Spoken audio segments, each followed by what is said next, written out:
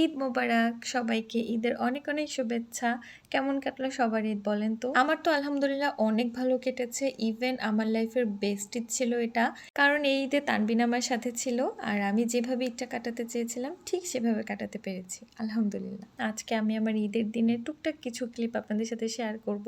১ম এ ভেবেছিলাম ব্লগ বানাবো না। পরে ভাবলাম ছোটখাটো কিছু ক্লিপ নিয়ে রাখি। না হয় আমি আপনাদের সাথে পরে কি আর শেয়ার করব। এনিওয়েজ সকালে উঠে তানবিনের বাবা নামাজ পড়তে চলে গেল। আর তারপরে আমি রেডি হয়ে নিলাম আর তানবিন তো এখনও ঘুমাচ্ছে। আর এই যে দেখেন আমার গাছে কি সুন্দর ফুল ফুটেছে। চন্দ্রমল্লিকাগুলো অলমোস্ট সবগুলোই ফুটে গিয়েছে আর কেলাঞ্চুগুলো ফুটছে মাত্র। কেলাঞ্চু ফুল আমার খুবই ভালো লাগে। তো ভাবলাম যে চন্দ্রমল্লিকাগুলো যেহেতু ফুটেই গেল এগুলো তো কয়দিন পরে নষ্ট হয়ে যাবে এমনিতেই।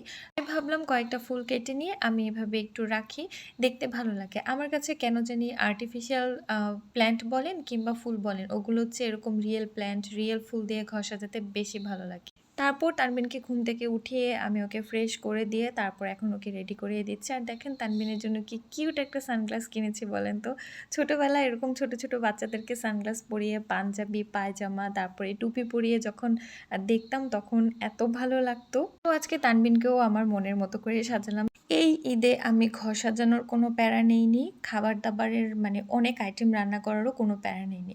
এত চিল একটা ঈদ কাটিয়েছি মানে খাবার-দাবার একদম মিনিমাল রেখেছি। রোজার মাসটা আমার প্রচণ্ড কষ্ট হয়েছে যেহেতু আমি একজন ল্যাকটেটিং মম, তার উপর রোজা রেখে এই সবকিছু সামলানো আমার খুবই কষ্ট হয়ে গিয়েছিল। আর ঈদে যেহেতু বাড়িতে যাওয়া হয়নি ফর সাম রিজন, কেন জানি সেটা আমি পাবলিকলি বলতে চাচ্ছি না কারণ ফ্যামিলির সব বিষয় আসলে পাবলিকলি বলার পারমিশন আমার নেই। আমি শুধুমাত্র আমার লাইফস্টাইলটাই আপনাদের সাথে শেয়ার করে আমি কি করছি না করছি এগুলোই। আর ফ্যামিলির বাকি সবার সবকিছু তো পাবলিকলি বলতে পারবো না। এনিওয়েজ তো দেখেন আমি এখানে জাস্ট রাতে একটা পুডিং বানিয়েছি আর সকালে আমি উঠে সেমাই রান্না করেছি। মানে এত মিনিমাল রান্না ছিল। আর জানেন আমরা কি দিয়ে ব্রেকফাস্ট করেছি? সেমাই দিয়ে মুড়ি দিয়ে ব্রেকফাস্ট করেছি। মানে ঈদের দিন সকালে সেমাই, মুড়ি, পুডিং ছিল আর হচ্ছে সাথে আমার শাশুড়ি যে নকশি পিঠা বানিয়েছে সেটা ছিল। এগুলো দিয়ে ব্রেকফাস্ট করেছি। আমি রুটি, পরোটা এগুলোও বানাতে পারিনি। লিটারেলি আমার বডি জাস্ট গিভ আপ করে দিয়েছে। যাই হোক তো এখানে আমি নাস্তার পরে একটু চা বানিয়ে নিচ্ছিলাম। ঈদের দিন বলে কথা, চাটা তো একটু স্পেশাল হতেই হবে। আর আমার সবসময় হচ্ছে এই আদা আর এলাচ দেওয়া চাটা অনেক বেশি ভালো লাগে। এই তো এখন একটু রিল্যাক্স মুডে হচ্ছে চা খাবো। চা খেয়ে তারপর আমি রান্নাবান্না করব। আর তেমন কোনো আইটেম আসলে করার ইচ্ছে নেই। নরমালি যেটা হতো যে আগে আমি ঈদে অনেক বেশি প্যারা নিতাম। একদম ৪টা থেকে রান্নাবান্না করতাম। অনেকগুলো আইটেম রান্না করতাম। নাস্তা আইটেমই থাকতো মোটামুটি ৬-৭টা। তারপরে লাঞ্চ আইটেমও অনেক কিছু থাকতো। তো এবার আমি এসব জাস্ট কিচ্ছু করিনি। আগে থেকেই প্ল্যান ছিল যে আমি রেস্ট করব। আই জাস্ট নিড রেস্ট ভাই, আর কিচ্ছু না। বাট ওইভাবে তো রেস্ট আসলে পাওয়াও পসিবল না। বেবি ছোট, তারপরে ঈদ বলে কথা টুকটাক রান্নাবান্না বা টুকটাক যেসব কাজ এগুলো তো করতেই হয়।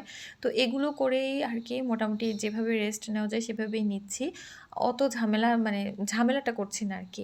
আর এবার হচ্ছে যেহেতু শ্বশুরবাড়ি যাওয়া হয়নি, সবাই বলছিল যে যেহেতু এখানে যাও নাই তাহলে বাড়িতে আসো। আমার আব্বু আম্মু অলমোস্ট কত ১২ কি ১৩ বছর পরে এবার বাড়িতে ঈদ করছে।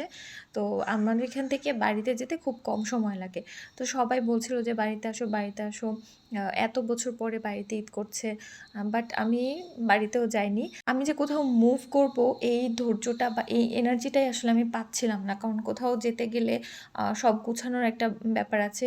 দেখা যায় যেতে একদিন লাগে, আসতে একদিন লাগে। তাহলে আমার ঘরের যে টুকটাক কিছু মানে কাজ-টাজ পড়ে আছে ওগুলো যদি আমি করে রাখি এখন তাহলে বাবু নিয়ে পরে আমার আর কষ্ট হবে না। বা আমি ওরকম ঝামেলা না করে একদম রিল্যাক্সে কয়েকটা দিন কাটাতে চাই সেটাও আর হবে না। দেখা যাবে ১ সপ্তাহের জন্য বা ৩-৪ দিনের জন্য কোথাও গেলে একদম বাসার অবস্থা খুবই খারাপ হয়ে যায়। পরে এসে আমার এই বাসা ক্লিন করতে, করতে অনেকদিন সময় লেগে যাবে বা অনেক এনার্জি লেগে যাবে। তো যেই রেস্ট আমার দরকার সেটা আমি দেখা যাবে আমি পাবো না। তো এইজন্য হচ্ছে আমি বাড়িতেও যাইনি।